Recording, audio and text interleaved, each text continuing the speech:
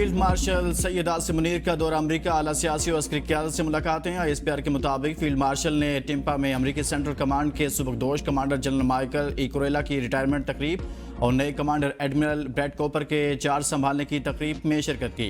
Field marshal ने general Kurilla की शानदार क़यादत और पाक अमरीका अस्करी ताल्लुकात को मजबूत बनाने में इनकी खिदमात को सराहा और एडमिरल कॉपर को नेक तमन्नाएं पेश करते हुए मुश्तरका सिक्योरिटी चैलेंजेस से निपटने के लिए ताउन के सिलसिला में एतमाद जाहिर किया।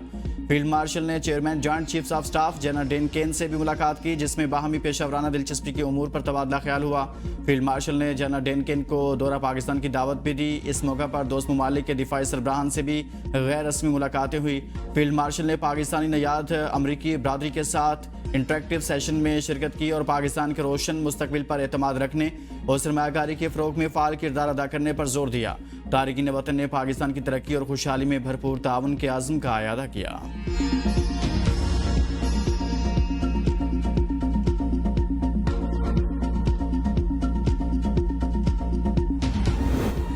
नायब वज़ीर आज़म और वज़ीर ख़ारजा इसहाक़ डार की तुर्क वज़ीर ख़ारजा हक्कान फिदान से टेलीफोनिक गुफ्तगू। तर्जमान दफ्तर ख़ारजा के मुताबिक दोनों वज़ीर ख़ारजा ने ग़ज़ा की इंसानी सूरत हाल पर गहरी तशवीश का इज़हार किया। इसहाक़ डार ने इसराइली फ़ौजी कब्जे की मज़म्मत की, उसे अक़वाम मुत्तहिदा की करारदादों की खिलाफवर्जी करार दिया। नायब वज़ीर आज़म का इंसानी इमदाद की बिला रुकावट फराहमी पर जोर, इसराइली मज़ालिम बंद करने का मुतालबा। दोनों वज़ीर ख़ारजा का पाकिस्तान और तुर्किया के दरमियान दोतरफा ताउन पर भी तबादला ख्याल। के अंदर है, उनके दिमाग के अंदर बहुत चोट आई है और उनका भी मालूम भी नहीं है कि उनके बच्चों के साथ ये हादसा हो चुके। उनकी शादी थी अगले महीने में इस बच्ची की, उसका घर में फर्नीचर जमा कर रहे थे हम लोग, तो मालूम ना था कि ऐसा भी हो जाएगा। हम बच्ची का जहेज जमा कर रहे थे, आज उसके कफन का बंदोबस्त कर रहे हैं। कहाँ से लाएं सब्र, कैसे करें सब्र, हमें सिर्फ इंसाफ चाहिए। हादसे में जाँ भाग 22 साल महानूर और 14 साल अली रजा के चचा जाकिर की मीडिया से गुफ्तगू। कहा मुतासरा फैमिली मलीर से वापस घर जा रही थी। जख्मी भाई शाकिर जिन्हें अस्पताल में जेर इलाज है, दिमाग में शदीद चोटें आई। उन्हें अभी तक नहीं बताया गया कि उनकी आंखों का तारा बेटा और गुड़िया जैसी बेटी अब इस दुनिया में नहीं रहे।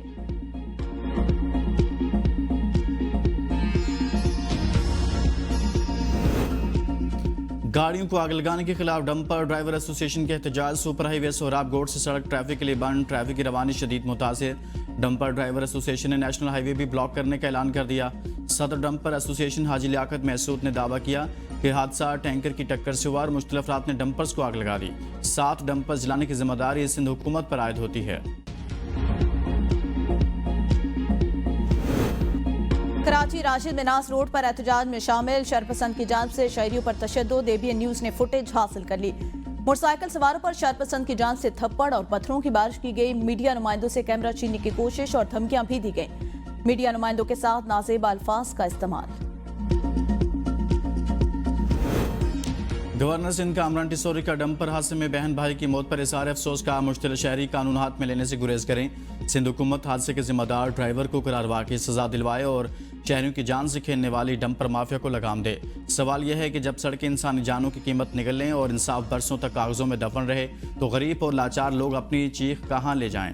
ये हादसा सिर्फ एक वाक़या नहीं, एक चीखती हुई हकीकत है कि इस शहर में जिंदगी सस्ती और गाड़ियाँ बेकाबू हैं। जब तक कानून की गिरफ्त मजबूत नहीं होगी, महानूर की रूह को सुकून मिले, ना अली रजा के ख्वाबों को इंसाफ।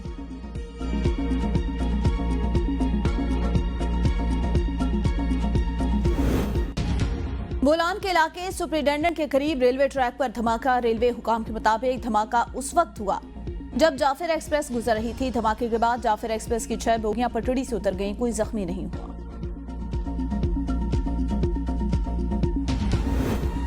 पाकिस्तान की भारत को तैयारों के जखीरे की आज़ादाना तस्दीक की पेशकश। वज़ीर दिफा ख्वाजा आसिफ कहते हैं भारत ने ना कोई पाकिस्तानी तैयारा मार गिराया, ना ही तबाह किया। पाकिस्तान ने 6 भारतीय जंगी तैयारे और S-400 फ़ज़ाई दिफाई निज़ाम को तबाह किया। हमने फौरी बैनुल-अक़वामी मीडिया को तफसीली तकनीकी ब्रीफिंग दी। गैर जानिबदार मुबस्सिरीन ने मुतअद्दिद भारतीय तैयारों बशमूल राफेल के नुकसान का एतराफ़ किया। आलमी रहनुमा, भारतीय सियासतदान और गैर मुल्की इंटेलिजेंस जायज़ों में एतराफ़ात शामिल हैं। जंगें झूठ से नहीं बल्कि अखलाक की बर्तरी, कौमी आज़म और पेशावराना महारत से जीती जाती हैं। सरबराह भारतीय एयरफोर्स के ताख़ीरी दावे जितने गैर माकूल इतने ही गैर मौजू वक्त पर किए गए। 3 माह तक इस नौयत का कोई दावा नहीं किया गया। अब दावा करना मोदी की मुर्दा सियासत को जिंदा करने की नाकाम कोशिश है। मोदी अपने वतन और दुनिया में टके टोकरी हो चुका। ऐसे दावों ने भारत की रही सही साख को भी मट्टी में मिला दिया।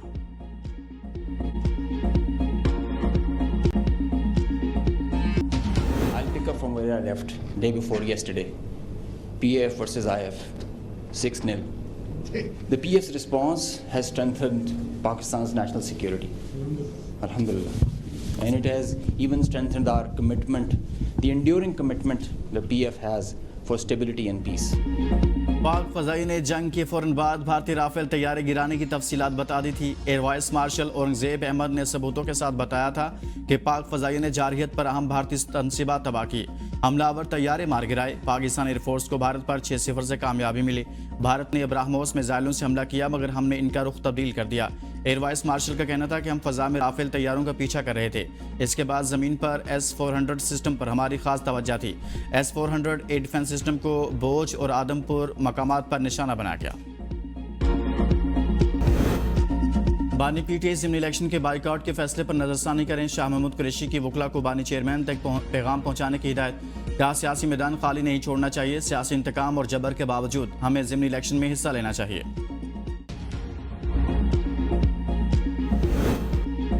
9 मई के मजीद 2 मुकदमात का महफूज फैसला कल सुना जाएगा। मुकदमे में शाह महमूद कुरैशी, यास्मीन राशिद, उमर सरफराज चीमा समेत दीगर नामजद समाअत। कोर्ट लखपत जेल में की गई 9 मई के 8 मुकदमात में बानी की जमानत की अपीलें समाअत के लिए मुकर्रर। सुप्रीम कोर्ट का 3 रुकनी बेंच 12 अगस्त को चीफ जस्टिस की सरबराही में अपीलों पर समाअत करेगा। डॉक्टर रूथफाउ जैसी हस्तियां सदियों बाद जन्म लेती हैं। खिदमात को कभी फरामोश नहीं किया जा सकता। वज़ीर आला सिंध मुराद शाह का डॉक्टर रूथफाउ की बरसी पर पैगाम। कहा डॉक्टर रूथफाउ सूबा सिंध और पाकिस्तान का फख्र थी, उनकी खिदमात को कभी फरामोश नहीं करेंगे।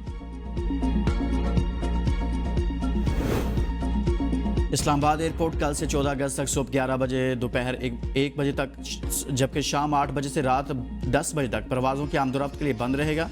तर्जुमान एयरपोर्ट अथॉरिटी के मुताबिक परवाज़ों की आमदोरफ्त यौम आज़ादी से कबल तैयारों की रिहर्सल के बायस मुअत्तल रहेगी। एयरपोर्ट 8 दिन के लिए बंद रहने से मुतल्लिक़ खबरें दुरुस्त नहीं।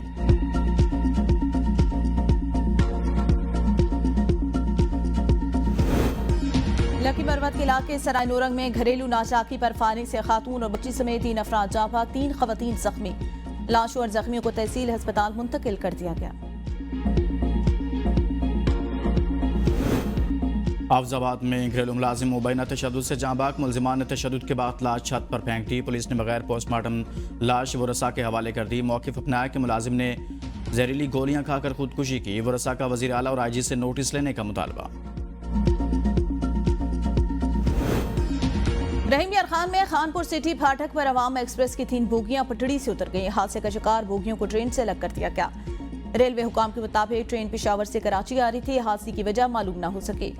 रोडी और समा सट्टा से इमदादी ट्रेन मौका पर पहुंच गई। डाउन ट्रैक ट्रेनों की आमदोरफ्त मुअत्तल।